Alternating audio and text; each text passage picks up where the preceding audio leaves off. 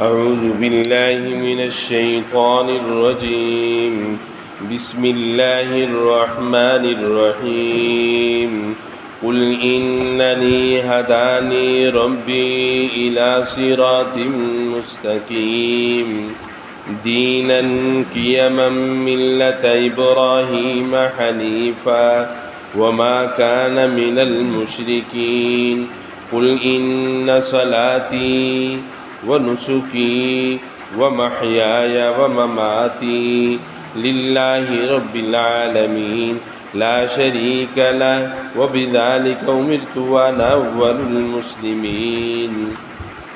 آپ کہہ دیجئے مجھ کو میرے رب نے ایک سیدھا راستہ بتا دیا کہ وہ ایک دین مستحکم ہے جو طریقہ ہے سیدنا ابراہیم علیہ السلام کا، جس میں ذرا کجی نہیں اور وہ شرک کرنے والوں میں سے نہیں تھے۔ آپ فرما دیجئے بالیقین میری نماز، میری ساری عبادت، میرا جینا، میرا مرنا یہ سب خالص اللہ ہی کے لیے ہے جو مالک ہے سارے جہان کا، اس کا کوئی شریک نہیں، اور مجھ کو اسی کا حکم ہوا ہے اور میں سب ماننے والوں میں سے پہلا ہوں۔ سامعین کرام، اللہ سبحانہ و تعالیٰ کے فضل و کرم سے سورۃ الانعام کی آیت نمبر 161 تا 163 کی تلاوت ترجمہ آپ حضرات نے سماعت فرمایا۔ ان آیات مقدسہ میں اللہ تبارک و تعالی نے سیدنا ابراہیم علیہ السلام کی شان بیان فرمائی۔ اللہ نے ارشاد فرمایا، ابراہیم میں آپ سے امتحان لینا چاہتا ہوں، آپ کا کیا ارادہ ہے؟ ارشاد فرمایا، اسلمت، میرے رب میں نے تسلیم کیا، میں سارے امتحان آپ کو دوں گا۔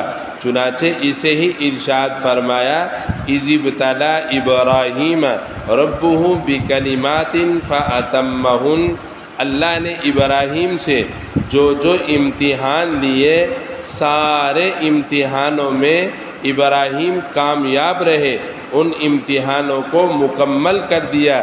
نتیجہ میں انی جاعلک للناس اماما، ارشاد فرمایا میں تمہیں امام بنا دوں گا۔ آج بھی دیکھ لیجئے کتنے سو سال گزر گئے، اللہ تبارک و تعالی نے جو وعدہ فرمایا تھا وہ پورا ہو رہا ہے۔ چنانچہ مسلمانان عالم جیسے ہی نماز ادا کرتے ہیں آخر میں پڑھتے ہیں اللہم صلی علی محمد وعلی آل محمد کما صلیت علی ابراہیم وعلی آل ابراہیم انک حمید مجید۔ جہاں نبی علیہ السلام پر درود پاک پڑھا جا رہا ہے وہیں ابراہیم علیہ السلام کا بھی ذکر ہو رہا ہے۔ اسے ہی ارشاد فرمایا، اننی ہدانی ربی الی صراط مستقیم۔ آقا نے ارشاد فرمایا مجھے میرے رب نے سیدھا راستہ بتا دیا ہے۔ سیدھا راستہ ہے کیا؟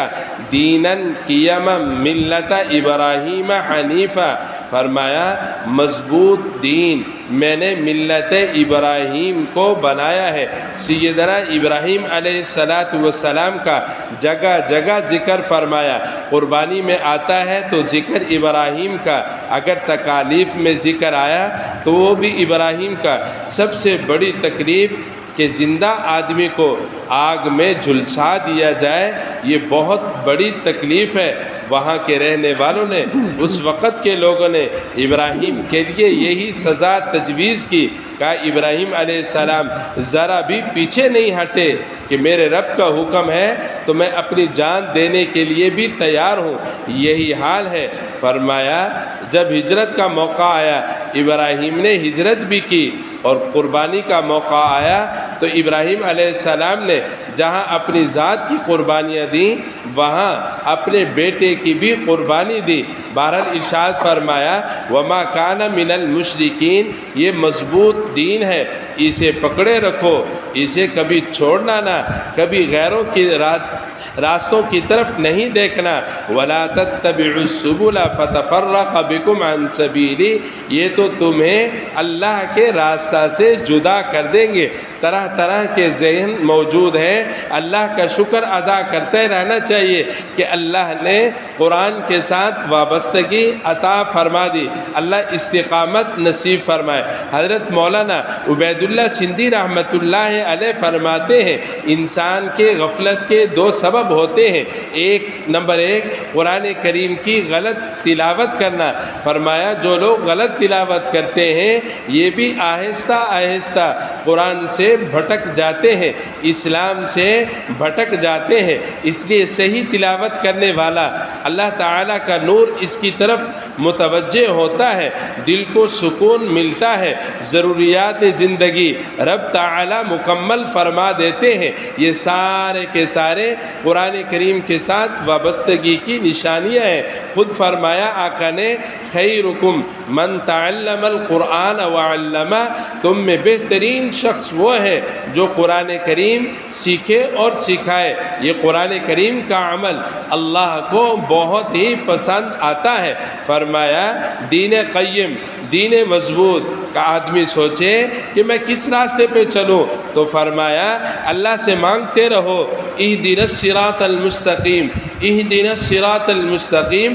فرمایا تمہیں اللہ استقامت عطا فرمائیں گے مسلمانوں کو۔ نمبر دو، اگر غیر بھی اس کی تلاوت کریں گے، وظیفہ بنا لیں گے، اے اللہ ہمیں سیدھا راستے پہ چلا، وقت آنے پر اللہ ضرور ہدایت عطا فرما دیتے ہیں۔ فرمایا یہ ہے اہدنا الصراط المستقیم، یا اللہ ہمیں سیدھے راستے پر چلا، عبادات میں، اعتقادات میں، معاملات میں، سیاسیات میں، اخلاقیات میں، اہدنا الصراط المستقیم، یا اللہ سیدھے راستے پہ چلا دے۔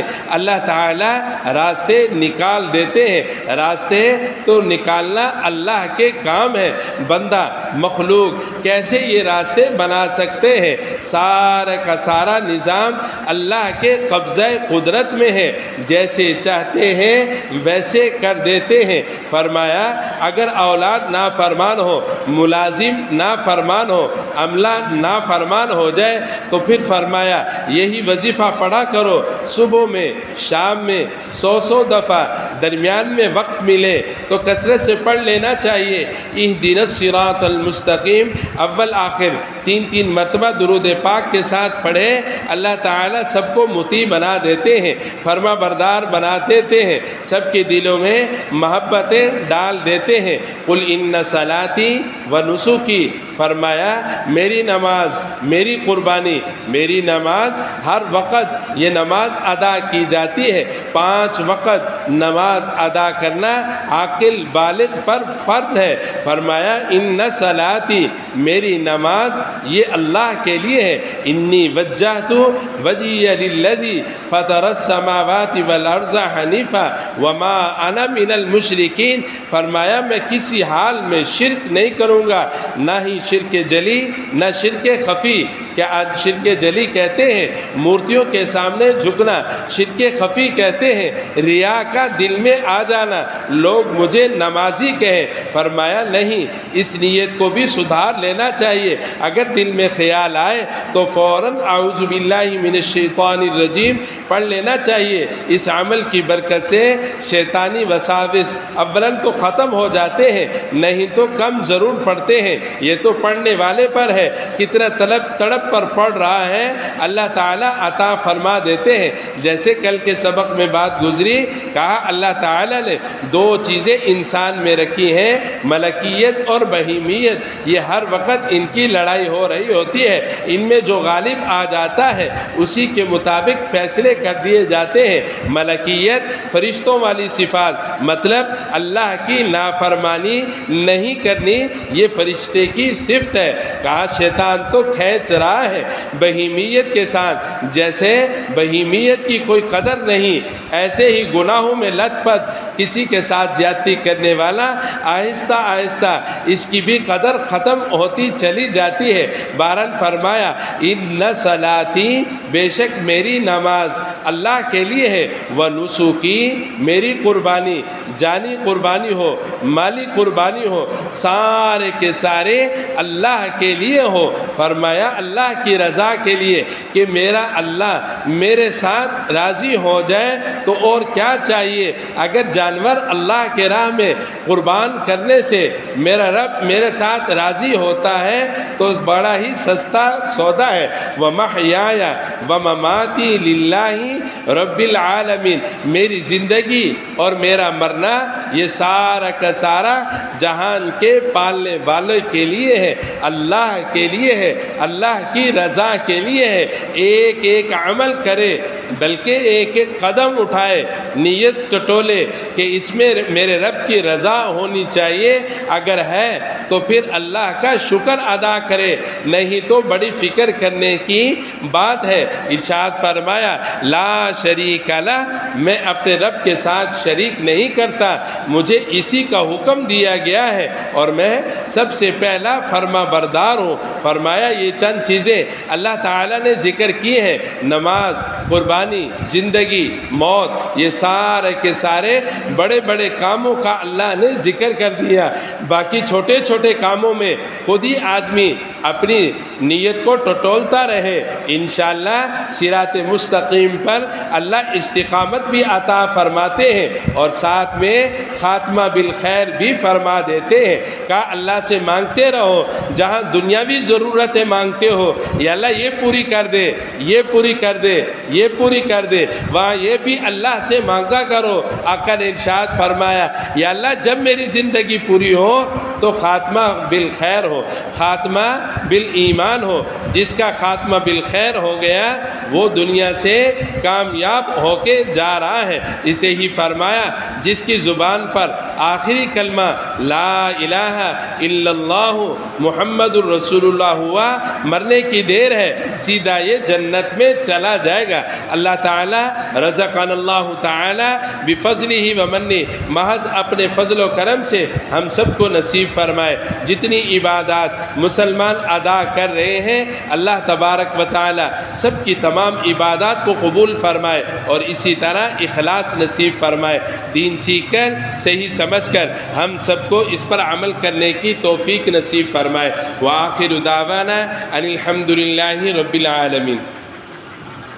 بسم اللہ الرحمن الرحیم، الحمد للہ رب العالمین، الرحمن الرحیم، مالک یوم الدین، اللہم صلی علی محمد النبی الأمی وعلى آلہ وسلم تسلیما۔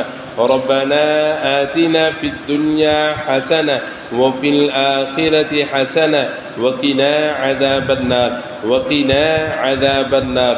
یا اللہ یا رحمان یا رحیم، یا اللہ مسلمانان عالم جہاں کہیں جس شکل میں عبادات ادا کر رہے ہیں یا اللہ ہر ایک کی ہر عبادت کو قبول فرما، یا اللہ اخلاص نصیب فرما، یا اللہ حجاج کرام کی یا اللہ عبادتوں کو قبول فرما، یا اللہ حج کو مبرور فرما۔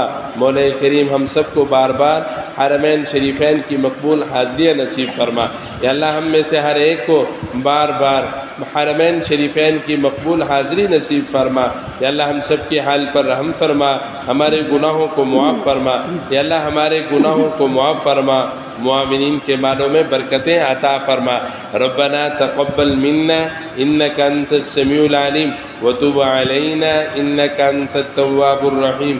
صلی اللہ تعالی علی خیر خلق محمد وعلى آلہ واصحابہ اجمعین برحمتک یا ارحم الراحمین۔